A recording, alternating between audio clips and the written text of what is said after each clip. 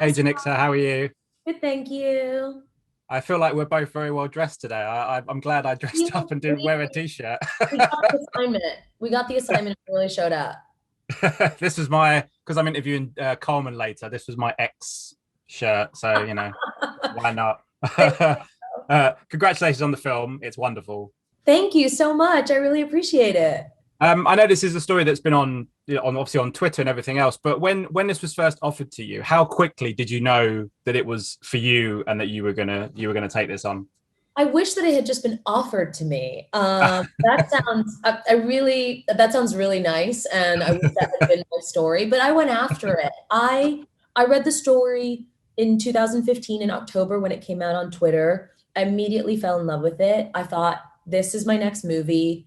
I'm the right director for this. I'm the best director for this. And why I felt I was the best director for it was the tone that was being struck. It was very funny, but also really disturbing. And I feel I had kind of made this corner for myself of making stressful comedies. So it seemed to be a sister to my work, a brother to my work. It was in my family. And so I felt right for it because it felt so much like me. It was traumatized humor, which is, I think, one of my skill sets. And it seemed like a lot of people had obviously their opinions on Twitter and then I guess formulated what that story might be in their heads. How important was it for you to kind of make sure that you did right by Zola and did the story in the best possible way? Because you could have gone in so many different directions with this, but you went the way that you did. Did you settle on that very quickly? Oh, absolutely.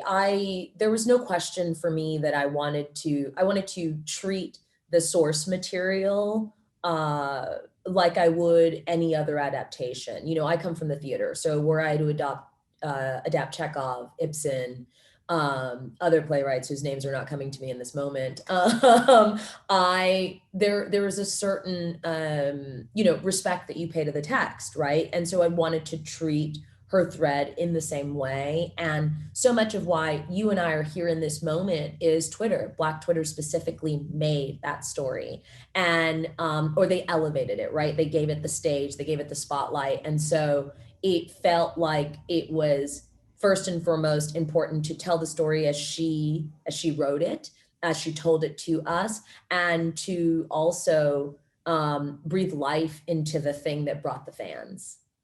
Yeah. And in terms of just a very quick final question, they always say casting is like a big percentage of your job as a director. I think you lucked out on this one. Did you get an excitement when the fact that you got all these amazing people to be part of this? Yeah, I mean, some of those were straight offers, some of those were auditions, and there really is, the four actors are a family in a way. I mean, are they a great family? Unclear. I mean, the characters, not off screen, but there's so much chemistry to be woven between those four people. And it took us a bit to get there, but I really feel like we turned out a really solid unit. You did indeed. Fantastic. Thank you so much for your time. Absolute pleasure talking to you and good luck with the film. You. Thank you so much. Ladies and gentlemen, you're watching Hey You Guys! Hey, you guys, huh? Hey, you guys. Is that yeah. from the Goonies? It is indeed, yes. Nice. Hey You Guys!